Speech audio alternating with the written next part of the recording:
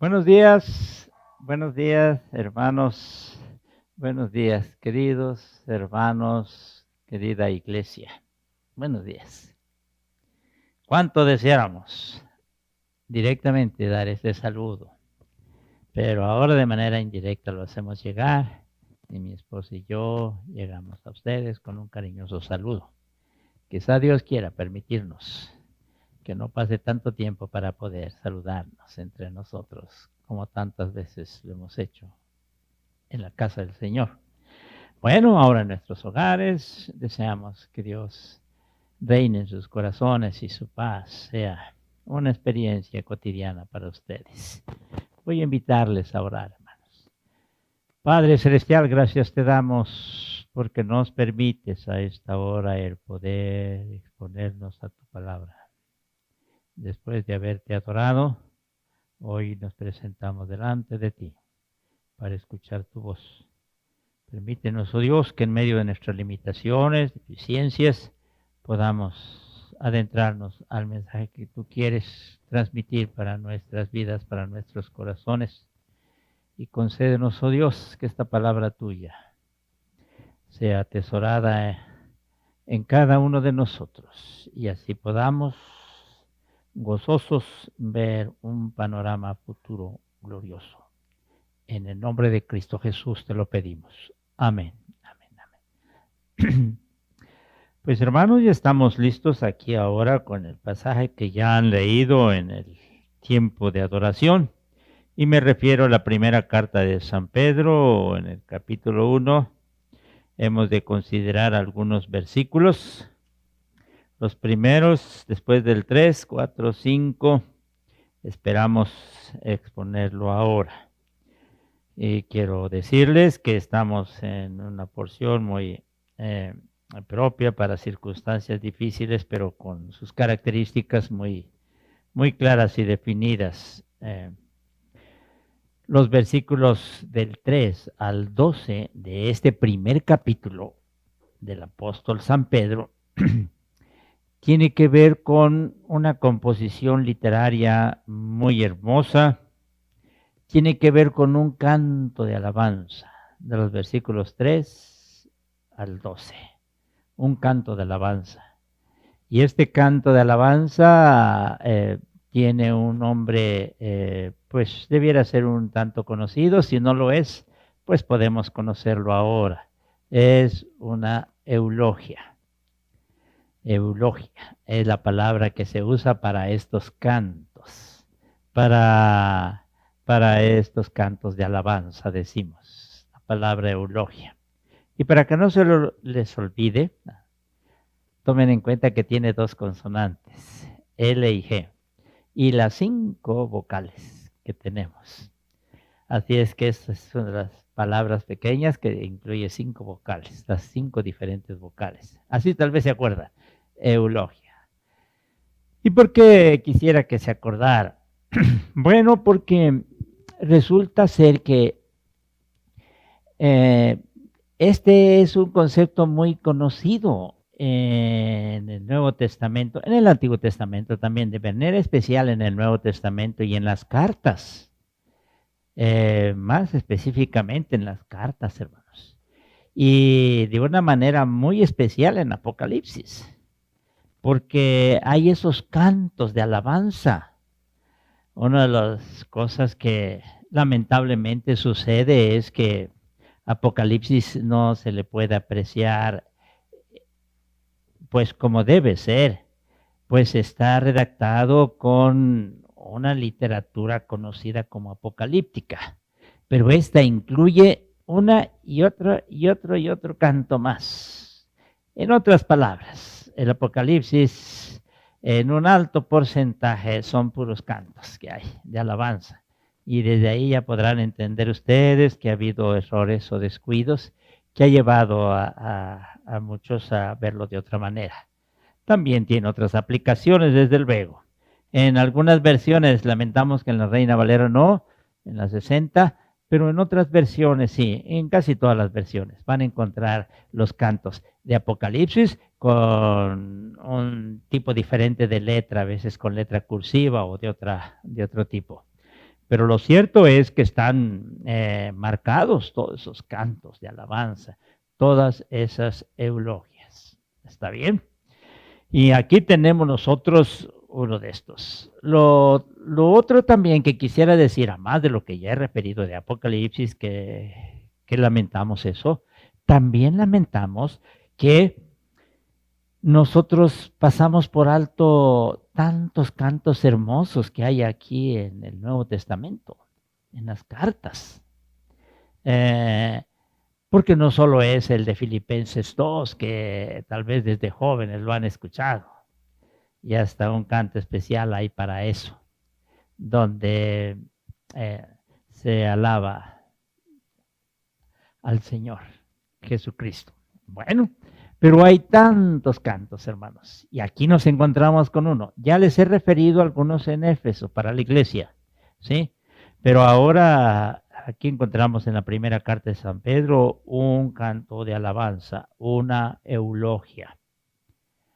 ¿Y por qué tanta aclaración en este asunto? Bueno, vamos a referir algunas cosas. El autor da las gracias, sí. Y oigan bien, pero da las gracias no por el bienestar de los destinatarios a quienes se dirige la carta, no por el bienestar de ellos, sino da gracias por la salvación o por su salvación, la salvación de ellos, la salvación nuestra. Agradece pues la felicidad otorgada por Dios ya desde ahora en este tiempo presente en nuestras vidas. Sí, y esto es algo que debe hacernos pues permitir o hacer en nosotros algo que no es común. Crear una conciencia clara y definida de lo que Dios más le interesa en nosotros. Y si a Dios es lo que más le interesa, es lo que más nos conviene, es lo mejor de lo mejor. Y tiene que ver con ese divino propósito de llevarnos al cielo, de hacernos partícipes de la gloria venidera. En esta tierra, por diferentes cosas que no son difíciles de comprender, no es posible que se haga realidad una alegría, un gozo, una felicidad plena. Es cierto, Dios va animándonos y pone gozo en nuestros corazones, y San Pablo nos va a decir que nos regocijemos, y es cierto, sí, pero vamos a regocijarnos en esas realidades escatológicas, decimos, en esos acontecimientos postreros, en eso que va a suceder en plenitud para con nosotros. Y eso hace que en medio de las situaciones adversas o difíciles que nos rodean en nuestro diario vivir, podamos tener un rostro alegre, podamos tener gozo y más gozo. Gozaos, una vez más os digo, regocijaos en el Señor. Bueno, así es que esto se inicia, hermanos, esta experiencia de gozo, de alegría, a pesar de las circunstancias difíciles. Esto se inicia y tiene su momento especial en el bautismo. En el bautismo. A partir del bautismo, no solo se inicia la verdadera experiencia cristiana, no solo se nos concede el perdón de los pecados, no solo o por eso mismo el don del Espíritu Santo, sino que a partir de ahí, por todo esto, hemos de vivir una vida que vez tras vez pueda entonar cantos de alabanza a Dios, porque lo que ha iniciado a partir del bautismo es un acontecimiento glorioso, dichoso, que si no se vive en plenitud, pero ya como un adelanto, como un anticipo, ya empezamos a participar de ello. Ahí la razón del por qué es muy triste o contradictorio que diciéndonos nosotros cristianos y habiendo iniciado nuestro caminar a partir del bautismo con el Señor, pues pareciera ser que nuestros gestos, nuestro rostro no tiene mayor diferencia con la forma de ser del mundo, hermanos. Y eso no está bien. Eso no glorifica a Dios. Sí. Pero es que hay situaciones muy difíciles, es cierto. Pero hay algo muy dentro de nosotros que nos hace brotar en medio de esas situaciones difíciles, pues un rostro diferente. Y me atrevería a decir, esta es una de las cosas que nos permite ser diferentes a ese mundo que está llorando, que está sufriendo y con el rostro mirando hacia abajo. Esas personas podrán vernos a nosotros en las circunstancias difíciles con un rostro diferente, con una alegría, con un gozo. Cuando hablamos de eulogias, estamos hablando de cantos que la iglesia primitiva entonó en las situaciones más adversas. Y lo hizo porque ya participaba de esa experiencia bautismal. En Hebrox nos dice que, un especialista en la primera carta de San Pedro, los conceptos referidos en estos versos hace pensar que tienen que ver con la administración del bautismo, de la que se habla en el versículo 3, ya sea en textos litúrgicos o de instrucción a los que se bautizan, como instrucciones postbautismales que han de escuchar los que se han bautizado. Estos términos que van apareciendo aquí tienen que ver con esa experiencia bautismal. Bien. Pero quiero ir un poquito más allá, hermanos.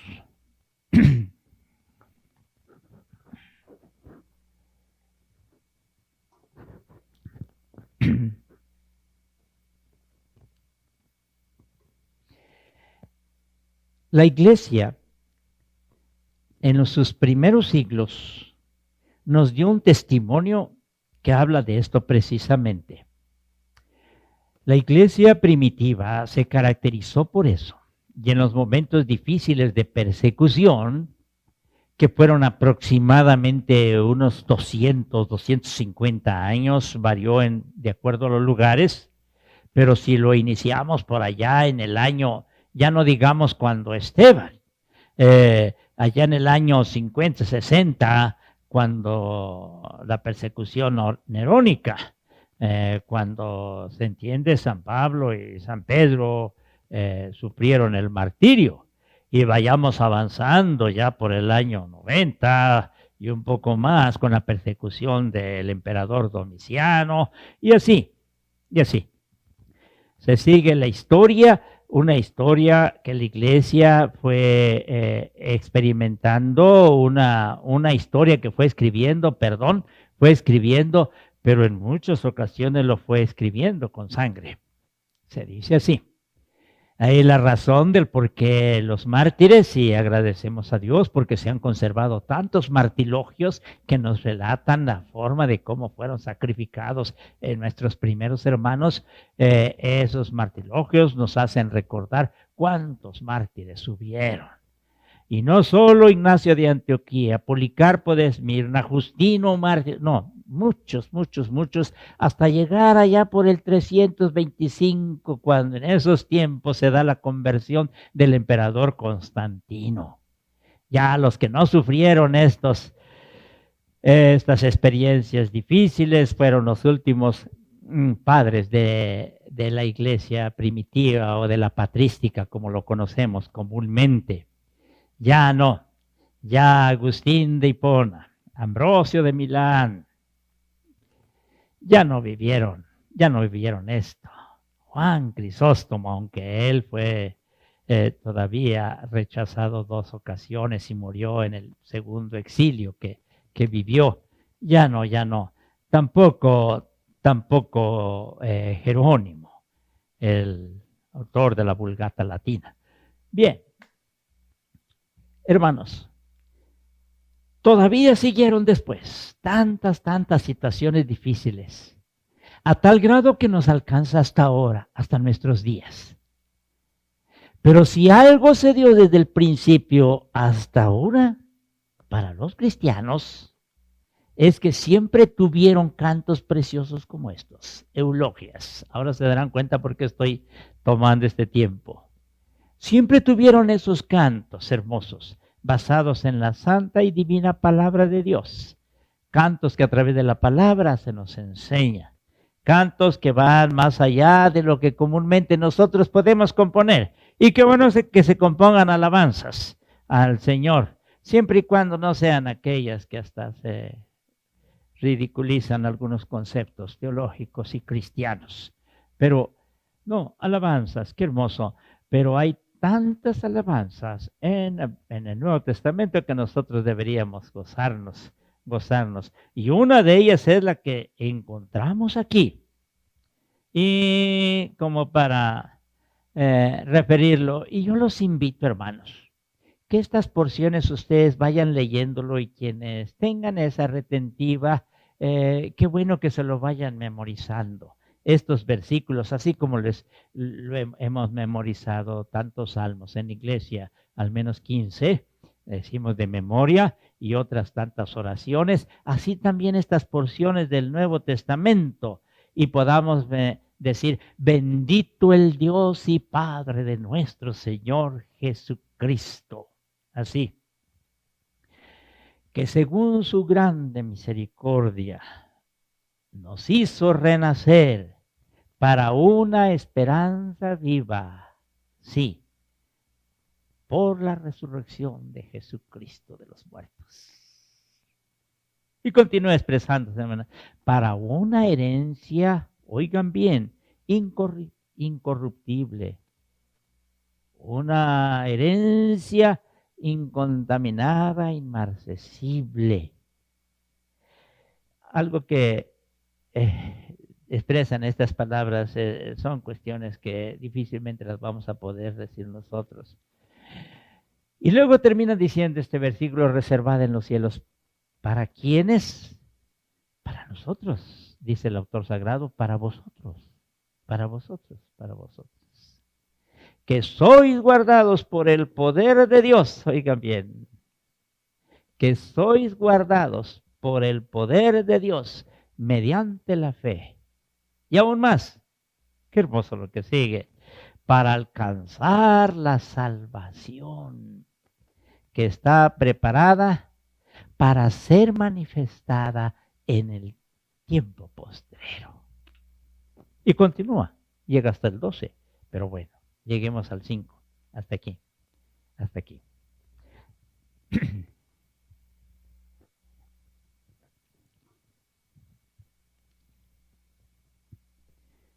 Tengo un momento, hermanos,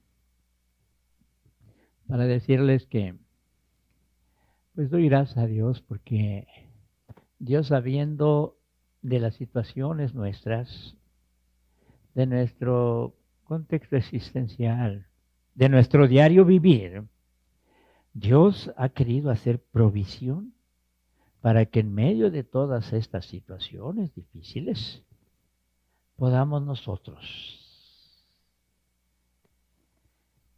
tener un rostro diferente. Un rostro que por sí mismo ha de predicar un mensaje. He ahí la razón del por qué nos inclinamos más en la predicación del Evangelio con nuestras vidas. Más que con palabras huecas que se van mencionando a diestra y siniestra. Con nuestras vidas, porque son evidencia de la obra que Dios ha hecho en ustedes y en mí. Vidas que por cuanto participan de una experiencia real del Espíritu Santo y se apropian de las promesas gloriosas,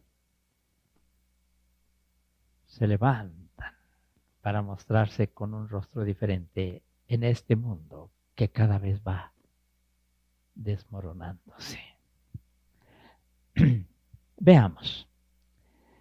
Dice el texto bíblico, después de esa introducción que ya hemos referido, que según su grande misericordia nos hizo renacer. Nos hizo renacer. En el versículo 23, ahí lo tienen a la mano, hermanos, dice, siendo renacidos, no de simiente corruptible, sino de incorruptible por la palabra de Dios. Oigan, por la palabra de Dios que vive y permanece para siempre. Estoy leyendo el versículo 23 del capítulo 1, desde luego. Siendo renacidos, quedémonos con este término. Pero también el versículo 2 del capítulo 2, ahí lo tienen. Si lo tienen en la mano, vayan conmigo. Desead como niños recién nacidos la leche espiritual no adulterada para que por ella crezcáis para salvación. Si es que habéis, condicionante, si es que habéis gustado la benignidad del Señor. Y si es así, entonces desead como niños recién nacidos. Cuando se están usando estos términos de renacer o de este concepto de regeneración, hemos de entender lo siguiente, que la vida antigua toca su fin. Hasta ahí llega. Y entonces Dios otorga una nueva vida, una novedad de vida.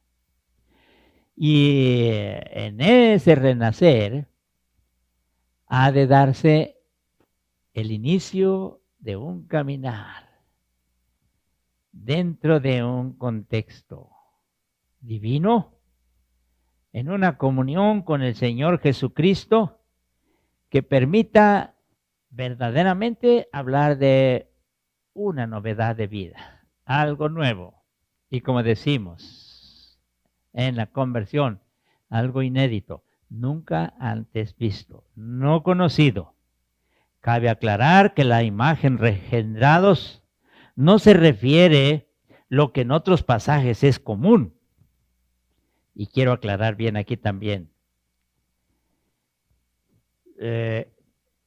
Especialmente, aunque lo referimos, ya lo he referido, especialmente a una nueva vida.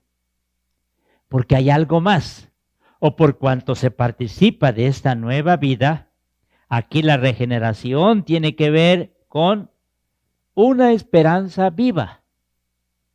Y por cuanto se tiene nueva vida, somos regenerados entonces a una esperanza viva. O renacemos, como dice el texto, hizo renacer para una esperanza viva. Por la resurrección de Jesucristo de los muertos. Termina el texto. Y aquí es donde también cabe la aclaración indispensable, hermanos. Este es un trabajo especial de Dios. El que por su grande misericordia nos hace renacer a una esperanza viva. No termina en cuanto a concebirse la vida cristiana como algo que sucede porque ya nuestros pecados son perdonados, porque ahora sí ya vivimos en este mundo. Y no, cortaríamos grotescamente la obra de Dios. Ese es el inicio.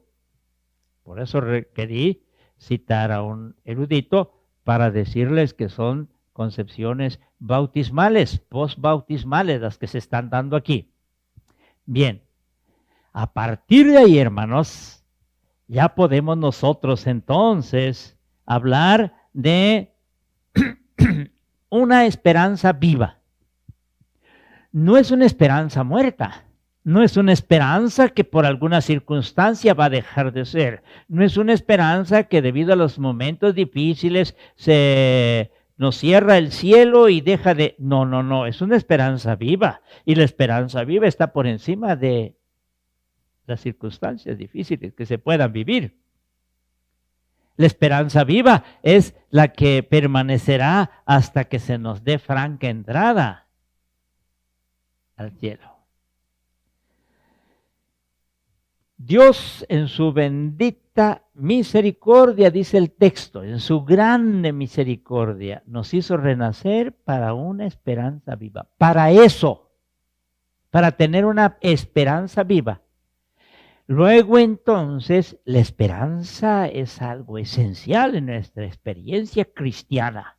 Y a partir de ahí, entonces vamos viendo de manera diferente las situaciones de este mundo, impregnados de esa esperanza, porque el Dios al que cantamos, alabamos y expresamos estas eulogías, es el Dios de la esperanza. Porque hemos sido rescatados de una vida sin Dios y sin esperanza. Ahora somos trasladados para ser renacidos así, para una esperanza viva. Para eso, para eso. Y a partir de ahí debemos hablar de esa esperanza viva.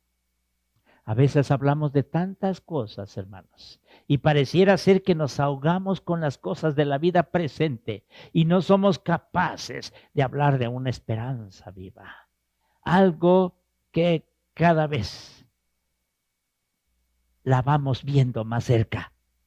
Y en tanto avanza nuestro caminar en esta tierra, en esta vida, vamos viendo realidad, una realidad gloriosa que está a punto de darse en nosotros.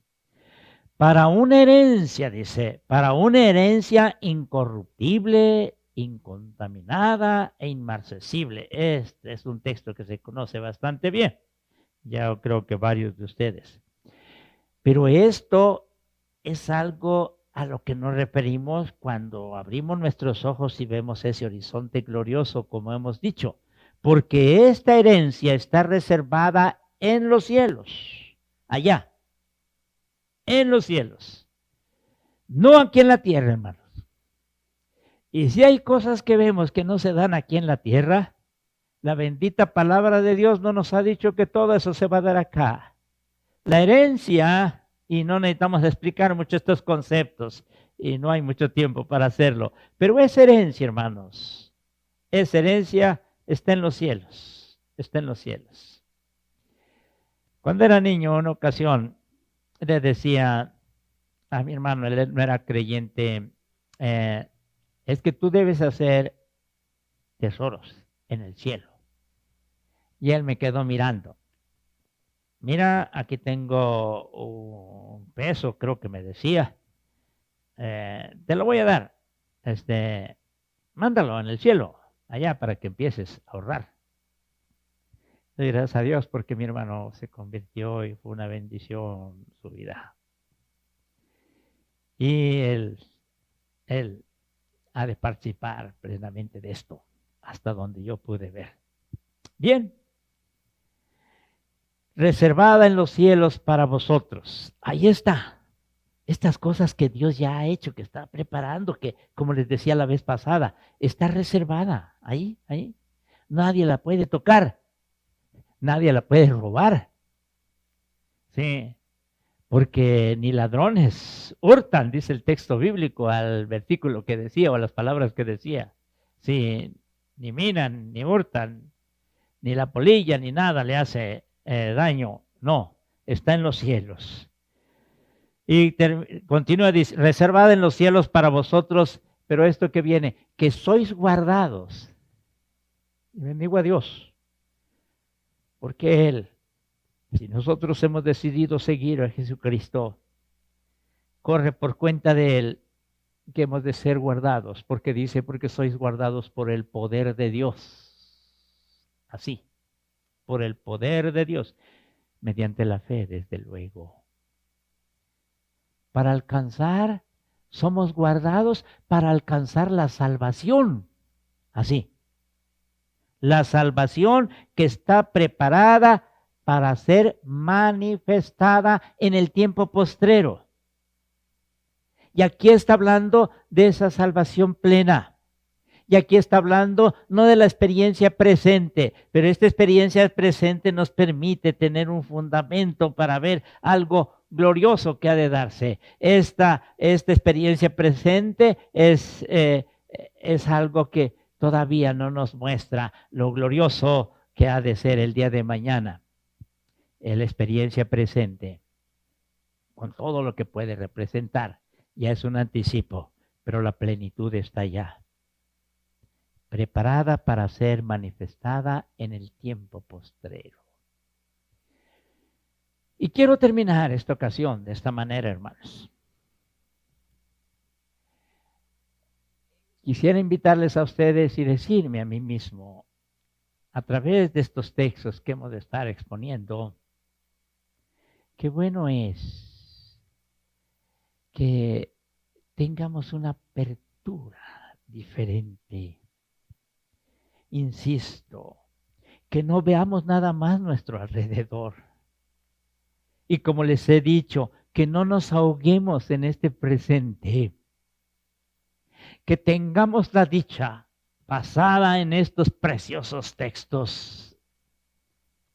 Tengamos la dicha de poder ver con ojos de fe la plenitud que está preparada, que Dios ha preparado. Esta es una de las grandes manifestaciones de Dios. Ciertamente, hay momentos difíciles, circunstancias muy difíciles, pero más cierto todavía es que Dios nos ha dicho, no es aquí, es allá, donde yo estaré con ustedes, allá, donde gozarán de esa plenitud. Ah, bien, entonces comprendemos porque los martirologios vienen acompañadas de esas formas de cómo los cristianos morían. Y murieron muchos, Por eso les he dicho, antes la historia eclesiástica de Justo L. González era de 10 tomos, ahora ya está reducida a 2.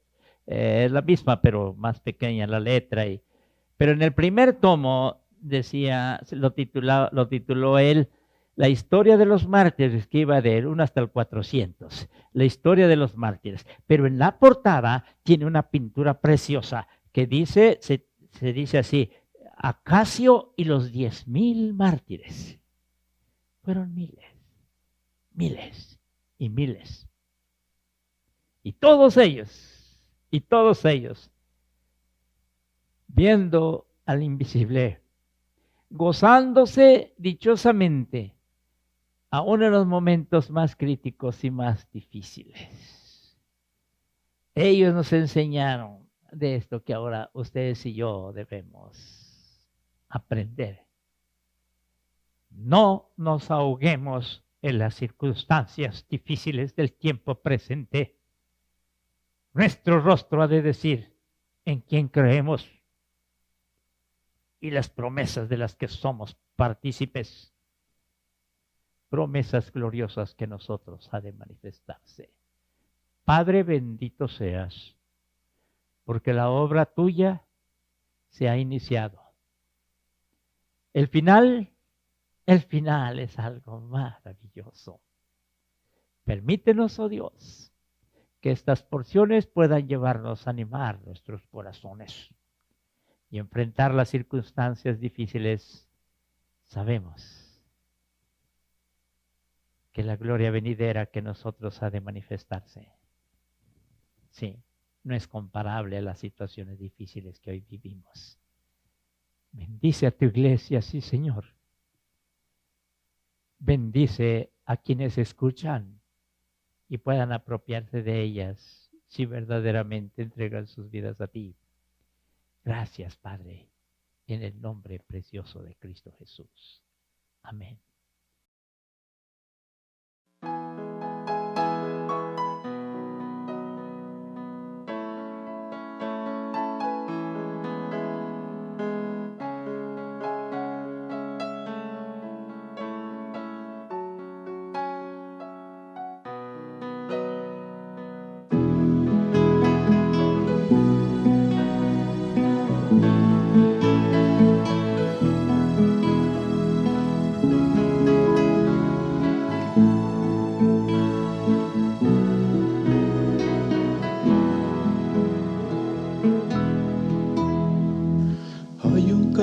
De alabanza en el trino de las aves, en el sol de la mañana, que a la luz sus puertas abre. Hay aromas de poemas cuando se despierta el día. Se disipan las tinieblas, resplandece la alegría. Habrá un mañana mejor, estaremos junto a Dios. Vendrá un mañana sin fin, donde siempre has de reír. Habrá un mañana mejor, estaremos junto a Dios. Vendrá un mañana sin fin, donde siempre has de reír. En aquel murmullo suave de las aguas presurosas, en esa sonrisa amable que hace fáciles las cosas, en el brillo de unos ojos con deseos de vivir, en la paz que hay en el rostro de aquel que vive feliz. Habrá un mañana mejor, estaremos junto a Dios. Vendrá un mañana sin fin, donde siempre has de reír. Habrá un mañana mejor, estaremos junto a Dios. Vendrá un mañana sin fin, donde siempre has de reír. La tristeza y el lamento pasarán en un momento. Dios limpiará con su mano el llanto que has derramado. En el brillo de unos ojos con deseos de vivir, en la paz que hay en el rostro de aquel que vive feliz. Habrá un mañana mejor, estaremos junto a Dios. Vendrá un mañana sin fin, donde siempre has de reír. Habrá un mañana mejor, estaremos junto a Dios. Vendrá un mañana sin fin, donde siempre has de reír.